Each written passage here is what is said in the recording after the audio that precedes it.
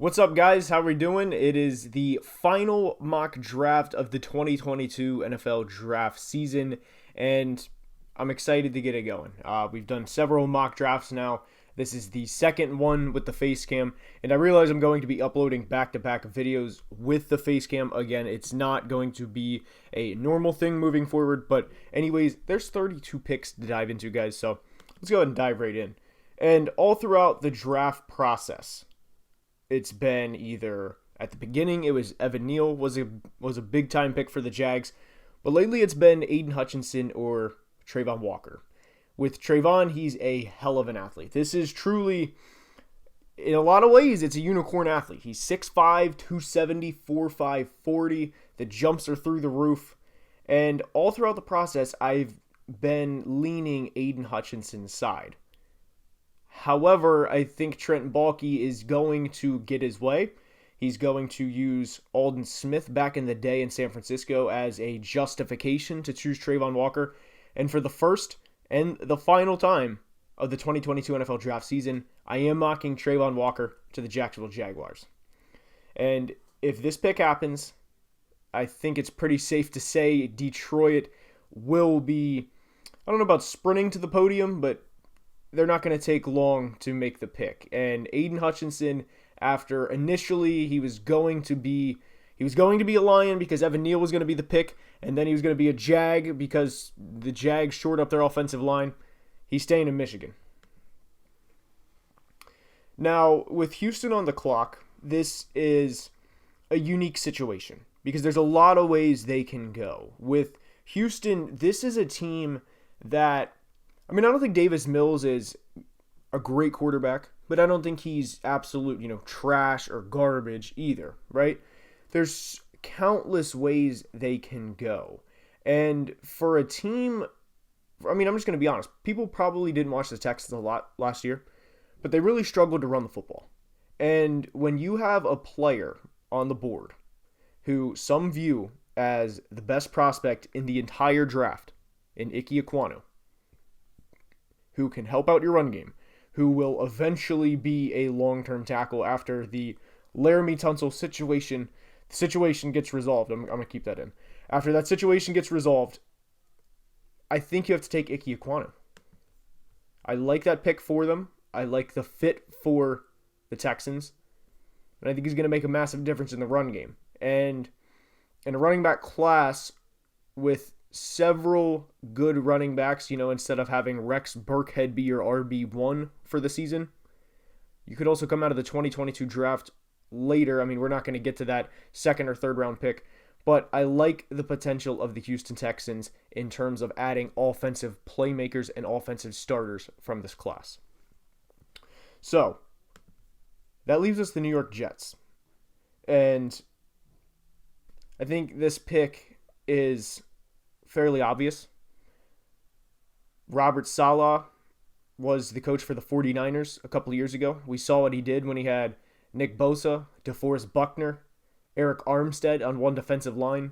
And not to say this D-line would be a recreation of that, but if you have Kayvon Thibodeau, Quinnen Williams, Carl Lawson, John Franklin Myers, that's certainly a start in a conference where you have to get after players like Josh Allen, potentially Tua, and then, of course, Mac Jones. That's just in your division. And then, of course, everyone else. I'm not going to name them, but I love Kayvon Thibodeau to the Jets. And with the New York Football Giants on the clock, bringing in former Bills, front office people from that regime, what did they do to help out Josh Allen? Of course, they gave him playmakers. But one thing they also did was build up the trenches. And you have a long-term left tackle starter in Andrew Thomas, who very much came into his own in 2021. I don't think there's need to overcomplicate this pick here at 5. And of course, he's going to have a lot of leverage disadvantage, given he's not far off from how big Jonathan Ogden was in his day. So just don't overcomplicate the pick. Get a starter for the next 8-9 years. Brian Daboll, if he's lucky, he'll still be coaching in 8 or 9 years for them. Just get the right tackle out of the way and take Evan Neal. Now, the Carolina Panthers are up. This is an interesting pick because today, I'm recording this Tuesday, GM Scott Fitterer came out and said they wouldn't mind taking a quarterback. They have no problem taking a quarterback at number 6 overall. And here's why I don't buy that. Well, let me put it like this. I don't think that's entirely true. I think there is some truth to it, but I don't think he's definitively 100%, yep, we are taking Kenny Pickett or Malik Willis. Here's why. We're within 72 hours of the draft. When you scroll down here, he would probably like to see, as crazy as it sounds, the Saints to mortgage a lot of their future, whether it's 16 and 19, maybe even 16-19 and a future pick, to come up and take a quarterback that he deems either not very good or not all that. So I don't think they're going to take a quarterback, personally, at 6. And as crazy as it sounds, by the way, I do want to dive into this relatively deep. I know Sam Darnold's not a good player. I fully understand that. And I'm not trying to justify that he is, or, if you get this many players around him. But what I'm saying is, I would rather go into 2022 with Sam Darnold and Charles Cross as my tackle and have Charles Cross for a while versus gambling on Kenny Pickett, because that's who the selection would be. Because head coach Matt Rule, he doesn't have all day to wait around. So they wouldn't take Malik Willis. So if there's a quarterback they're taking, let's just get this clear. It would be Kenny Pickett. And I'd rather roll in with Charles Cross and Sam Darnold than Kenny Pickett just by himself. Because whether you guys know this or not, Kenny Pickett is only a year younger than Sam Darnold. Darnold was born in 97. Kenny was born in, I want to say, July of 98. So there's not that much of a difference. And for that reason, we're going Charles Cross. Now, the New York Giants are back on the clock. And this is a pick that I've fallen in love with myself over the past couple of weeks. It's been very much, if he's there, mock it and move on. Wink Martindale, the defensive coordinator, loves his corners. We saw that in Baltimore with Marcus Peters, with Marlon Humphrey, even with Tavon Young as a CB3. He loves his corners. And there's a corner who gave up less yards in his final season in college than Denzel Ward, than Jalen Ramsey. You see where I'm going with this. It's pretty easy where the pick is here. It's Ahmad Gardner. Now, the Atlanta Falcons are on the clock. And I just have notes here that I briefly glance at, by the way. The Atlanta Falcons are on the clock. And I know the immediate thought process is they have 0 receivers. And I get that. Fully understand where Falcons fans would be coming from. But what I want to say is it's kind of similar to the Panthers situation here. I would rather have the player we're going to select and a receiver in the second round than a receiver now and a player in the second round, because that player after the receiver they would take in the first round would not be as good as Kyle Hamilton, safety, Notre Dame. A dress receiver in the second round. There's going to be plenty of options there. With some luck, maybe you'll get a big target like a Christian Watson fall to you. With some luck. But Kyle Hamilton is a very good safety. He's not this perfect, he's not the next whoever. I'm not going to toss names in. But he's a good player. He's just leave it at that. Now, with Seattle on the clock at 9, there's countless directions they could go. They could take Malik Willis. They could take Jermaine Johnson. They could take even Karlaftis if they deem him to be better than Jermaine Johnson. But if there's one thing Pete Carroll and John Schneider have really pointed to the past decade, they're not afraid to take risks. Now, that's not Malik Willis, by the way, although it could very easily apply to that. They were at their peak in 2013 when they had a corner who is the best player in football, in Richard Sherman. And the talent from Derek Stingley Jr. is undeniable. He showed a ton of explosiveness during the pre-draft process, sub 4.440. Let's see if it comes up here on the raw athletic score. It does not, but sub 4.440, and when he was an 18-year-old, 19-year-old kid, he was locking up Justin Jefferson, Jamar Chase. He was playing those guys every day at practice. and that's the pick. Derek Stingley Jr. Now, to round out the top 10, this is a player I would love to also mock to the Commanders at 11. We're going receiver. You have to get Zach Wilson weapons. They have Elijah Moore. And not to say that Elijah Moore and Garrett Wilson are the same player, because they're not, but there's not that big of a difference between those two specifically. Again, they're not the same player, but the difference is not between like Mike Evans and Tyreek Hill, if you get where I'm coming from. So we're going to build a receiver room, and by the way, I don't think there's that big of a difference between 11 at Garrett Wilson and 24 with Drake London, but we're building a receiving room, and we're getting Zach Wilson, a big guy. He can just throw the ball, hit him right here, move on. Now, with the Commanders, you traded and you're heading into 2022 hoping that Carson Wentz is going to be your long-term guy. I have mixed feelings on that. I think, 5 years of work shows that he's probably not going to be a long-term guy. We're not going to take a quarterback, though. But we are going to help Carson Wentz out. And if Carson, I don't want to say predictably, but if Carson doesn't work out, then the next quarterback for the Commanders has two good weapons in Terry McLaurin after they pay him. At least I'm assuming they're going to pay him, and Garrett Wilson. And this board didn't break the best for the Minnesota Vikings. They need corner help. While edge isn't a big need because they have Zadarius Smith and Danielle Hunter, the only way I would see them taking edge is if someone like KT fell. I don't think they're going to go edge, like I said, unless a player falls that we don't expect. And I don't agree with this 27th overall ranking for Trent McDuffie, but you need help at corner. The corners are not good. Patrick Peterson, who's 32 years old, and Cameron Dantzler entering his third year are their top two corners. So, Trent McDuffie, take it, move on. Now, for the Houston Texans, we gave them Icky at 3. This is a team that needs good football players. I'm going to go out on a limb here. I don't think they're going to make the playoffs in 2022. It's a pretty big limb that I'm heading out on.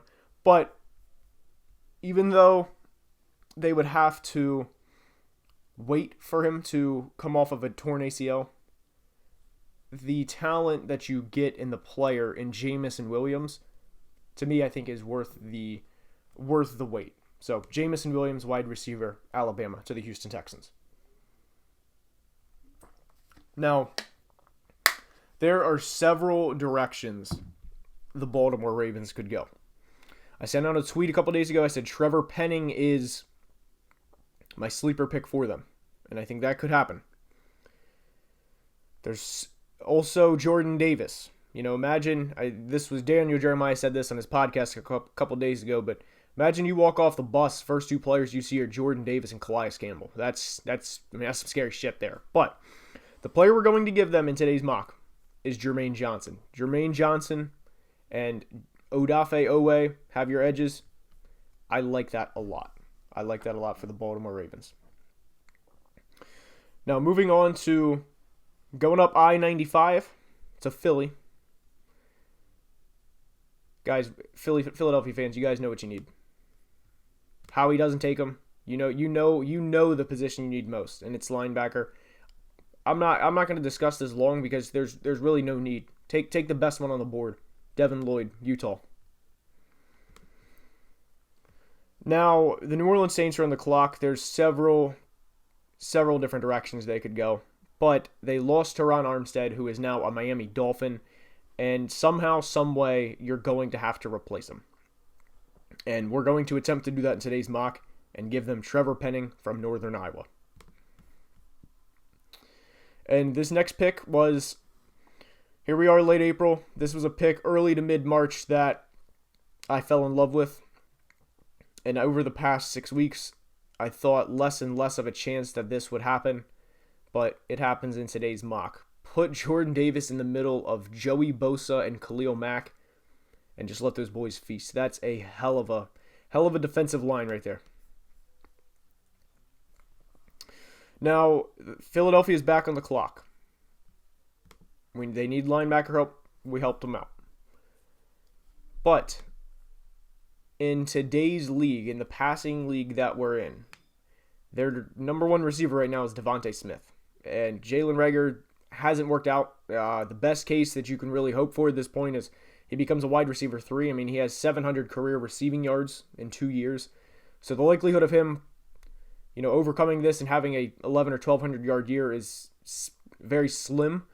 And Chris Olave makes a lot of sense. And if Jalen Hurts does not work out, and if he's not that guy, whether we're going to find that out this year, but whether or not Jalen Hurts isn't the guy for them, then whatever quarterback comes in next year, he's going to have Devontae Smith, Chris Olave, Dallas Goedert, and Miles Sanders to work with. And that's a lot better than what can be said for a lot of other teams. New Orleans Saints are back on the clock, and I feel like the board didn't break for them the best here. I know my head's in the way, so I'm going to go ahead and slowly scroll. But what I'm going to say is Jameis Winston played good during the time he was healthy last year, before he unfortunately tore his ACL. He had a 14-3 touchdown interception ratio, and even had, I'm going to say, it was like a 149-yard, 5 touchdown passing game. So Jameis wasn't 2019 Jameis, at least in the small sample size that we had. I'm sure Jameis naturally would have had a 2 or 3 interception game. I mean, pretty much every quarterback has those at some point. But he was a lot more efficient last year. He was a lot better from that standpoint. He wasn't turning the ball over. And that was without Michael Thomas. Michael Thomas didn't play at all. So you have an offense of Jameis Winston, Alvin Kamara, Michael Thomas, and Treylon Burks. And you're looking pretty good. The Pittsburgh Steelers are on the clock, and while I don't think he's the 5th best prospect in the class, if the board plays out like this and Malik Willis is staring them right in the face,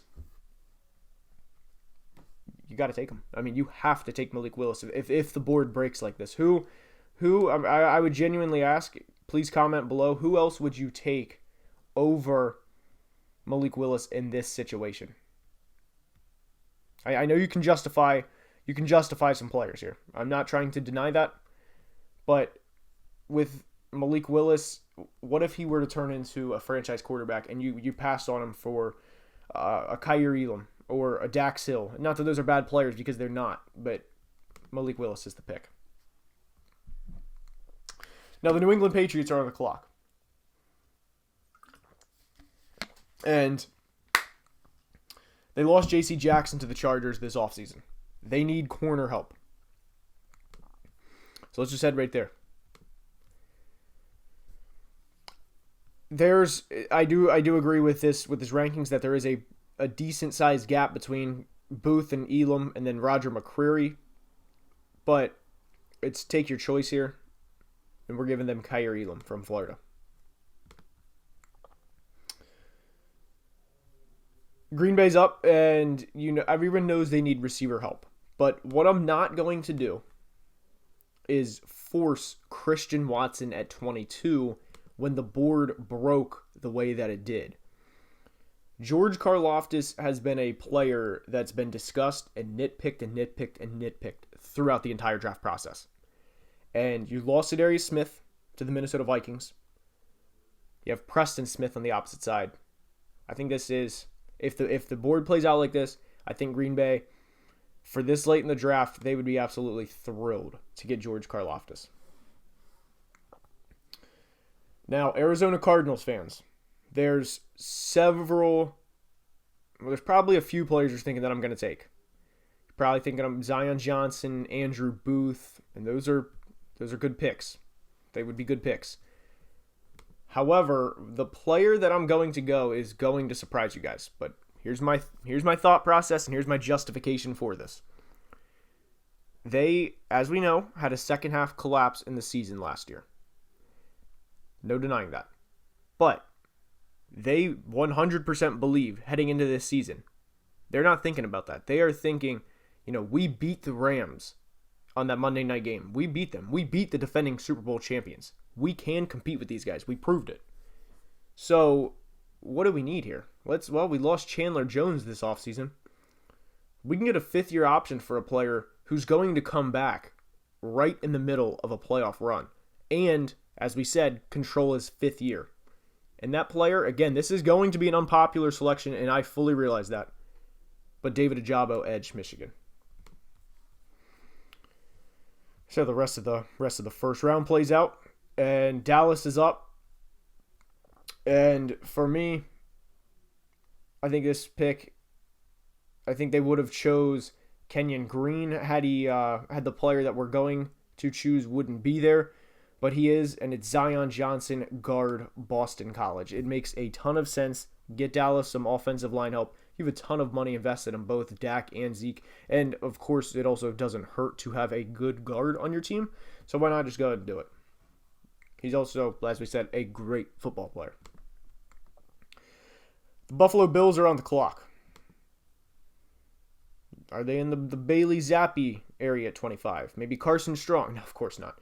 What they do need to do, though, is help Josh Allen. I'm not a fan of having Josh run the football as much as he does in the regular season. Postseason, it's kind of like, screw it. Like, there's no tomorrow. You do what you want, Josh. But with the talent that Breece Hall has, Josh, Breece, Stephon Diggs, Gabe Davis, Dawson Knox, Deion Dawkins, you already know, Breece Hall has the pick. Now, the Tennessee Titans are on the clock. And the one thing, I just made a video on them a couple days ago. I'm sure Titans fans are very upset with me. And I would be too if I saw a video that said my team's on the brink of disaster. But one thing I'll credit them. While the AFC zigs, they zag. They know what their style of football is, and it is pound the rock with King Henry. Go ahead and help him out. I fully believe he would have had a 2,000-yard year last year had he not got hurt. And we're going to give them guard Kenyon Green from Texas A&M. Now, to me, this is the hardest pick in the first round. Because it's kind of like, what direction do you go with the Tampa Bay Buccaneers? They have Tom Brady coming back. Everybody else pretty much came back. They extended Carlton Davis this offseason, but there was a point last year where they were hurt in the secondary, like bad. And they were down to like their 5th, 6th corner. And when you have a player like Andrew Booth just staring you in the face, it's take your pick, by the way. Do you want Andrew Booth? Do you want, I don't want to say Dax Hill, but there's a lot of prospects here that make sense for the Bucs to pick. You could even justify Tyler Linderbaum because of the talent that he has. But Andrew Booth from Clemson is the pick here. Now, Green Bay's back on the clock, and they already have George Karlaftis. And earlier, I said we can't justify giving them Christian Watson at 22. But we can at 28. Aaron Rodgers needs help. And for me, it would be between Christian Watson or Jahan Dotson. But I think with the success we saw DK Metcalf have, despite being, no route tree at all, and it's similar, accusations isn't the right word, but similar question marks with Christian Watson, just go ahead and make him the pick. He's a good player. Aaron Rodgers with him. I mean, it's a match made in heaven. Kansas City's on the clock, and this pick is going to require a little bit of an explanation. Well, I'll get into it, but they signed Justin Reed this offseason, and while Kansas City's offense is going to be good even without Tyreek Hill, they have one of the best quarterbacks over the past 20 years in Patrick Mahomes. They have Travis Kelce. Their offensive line is solid. They will still have to stop opposing AFC teams, and when you are in a division with the Raiders, with the Broncos, with the Chargers, not to mention you're also playing this year the Bucs, the Bills, the Chiefs, you're going to need secondary help. So while they did get Justin Reed this offseason, I still like the selection of Dax Hill at 29. And Kansas City's on the clock again. And pretty much everything I just said applies there, that they have to stop these other guys. So we're going to give them an edge, and at this point, it's take your choice. Do you want Arnold Ebiketie or Boye Mafe? And for this mock, we're giving them Arnold Ebiketie from Penn State. Now, Cincinnati lost some D-line help. They had, I'm blanking on the guy's name that went to Chicago. He was really good, though. He failed a physical. You guys know what I'm talking about. I'm Googling this. This is not good YouTubing, but he was a very good player. Hold on here. Larry Ogunjobi was the name I was looking for. He failed a physical, and the Bears were going to sign him, didn't, but he was good in 2021 specifically. So why don't we just go ahead and get a player? And this ranking is not accurate. Like, he is not. He's down in the 70s. He's not in the 70s best players. But why don't we go ahead and shore this up for the next couple of years and take Logan Hall from Houston? By the way, I want to suggest something. I want to say something. I also don't mind the Travis Jones pick, but we're gonna give them Logan Hall from Houston. The Detroit Lions are on the clock at 32, and with this, you have to ask the question: what position would the Texans want at 33? And to me, they'd want a safety. They'd want either Jaquan Brisker or Lewis Cine.